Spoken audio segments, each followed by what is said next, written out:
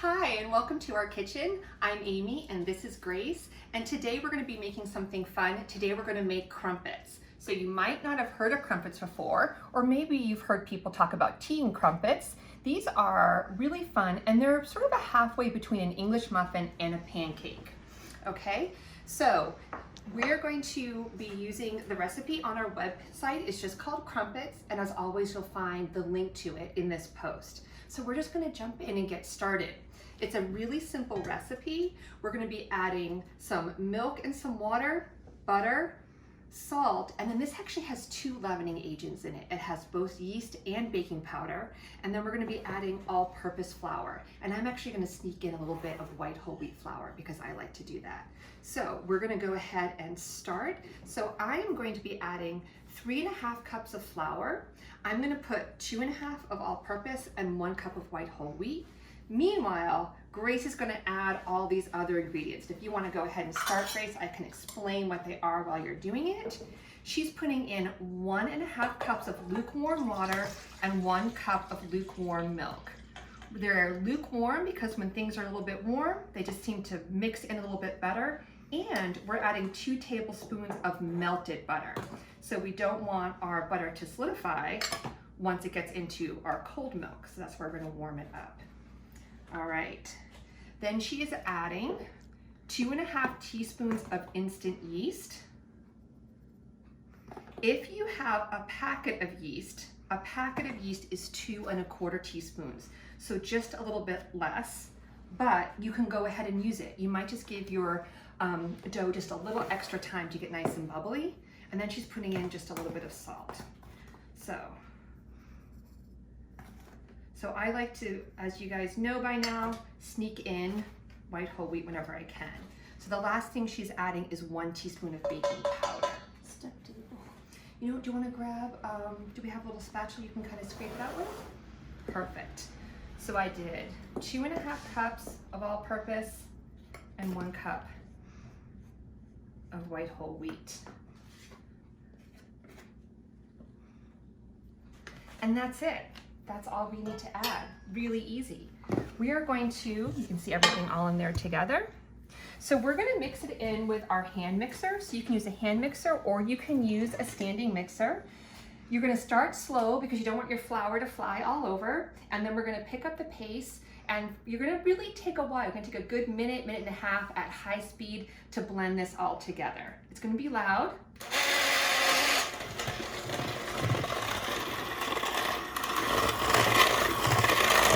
So as it starts to come together, so I'm holding onto my bowl firmly, and then I'm moving this around, and I'm going to try to turn my bowl as I do it. I'm going to pause. Can you give me the spatula? Thank you, because I just want to scrape down the sides of the bowl. So when you read that in your recipe, because you've read the recipe 2 times, right? Because that's the biggest thing I want to teach you with all of this. You read the recipe really well. You're going to scrape down the sides just to make sure you get everything. All right. And then you hand your spatula to your assistant. Thank you so much. And we keep going.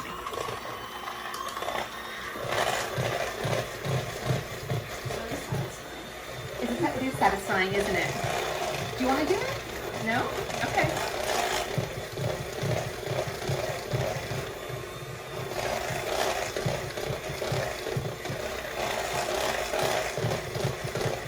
All right, let's just say that's 2 minutes. All right, so now,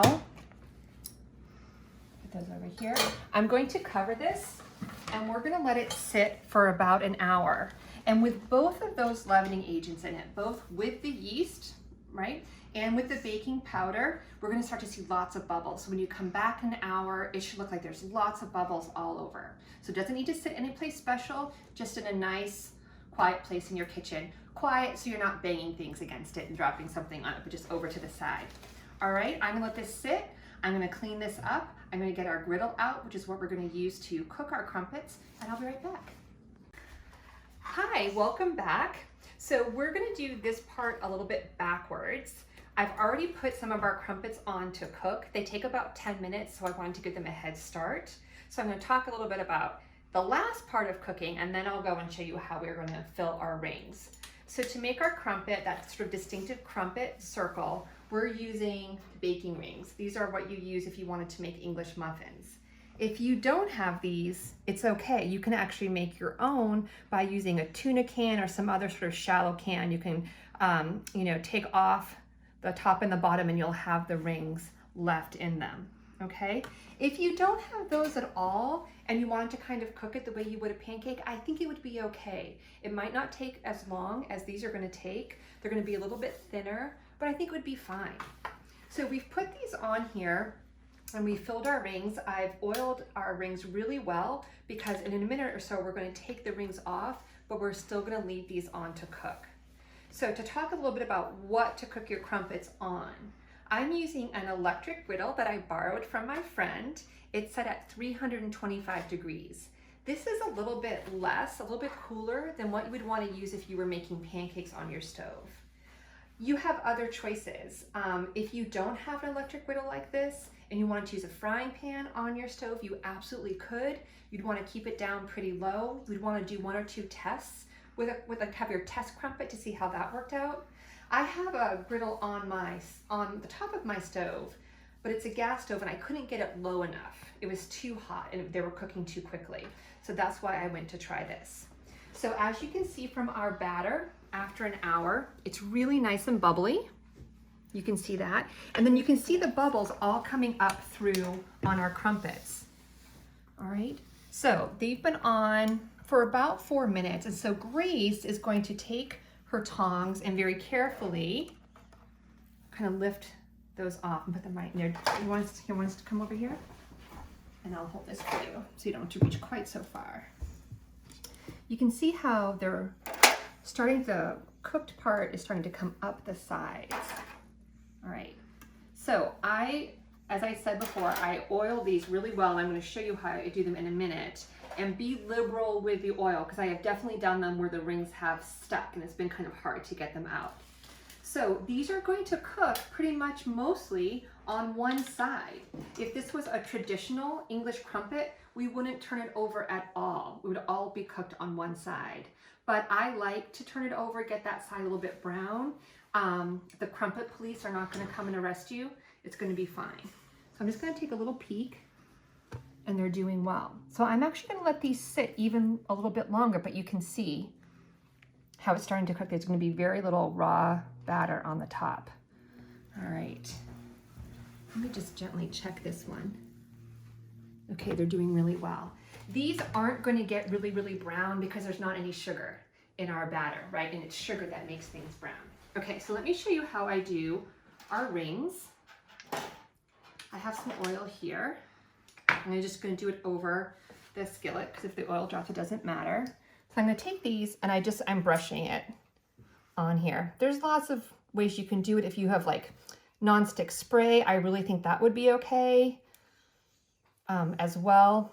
You just want to put a good amount on. And I like to kind of sit them down and get all my rings lined up. Like underneath. I think I've already put a little bit on the skillet itself. So this recipe makes 20 crumpets, which is kind of a lot.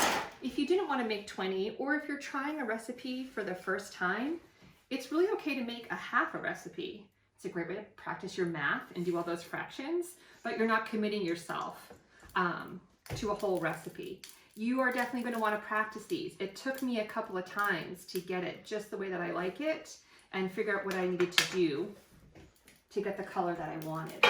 All right, so in our rings, we're going to put what we call a scant quarter cup, which means just a little bit less than quarter cup. I have my muffin scoop, which is a quarter cup. You can also just use a measuring cup. I'm going to take a little less than a quarter. I'm just going to pour it in the middle. Unfortunately, the stuff dripping from my bowl is falling right into my other ring. So that's perfect. Not too much. All right. So those are just going to cook. So I think this one, see how it's just basically just almost all dry on top. I think that's ready for us to turn over. feel, for whatever reason, like maybe your pan is too hot and they're getting too brown, and so when you take them off, they feel they might not be cooked all the way, maybe stick them in the oven at 350 degrees for just a few minutes, and that might help them cook. All right, so I think this one's going to be my next one. All right, they're nice. Yeah, absolutely, you can. I think this one. That's good. I think that's good.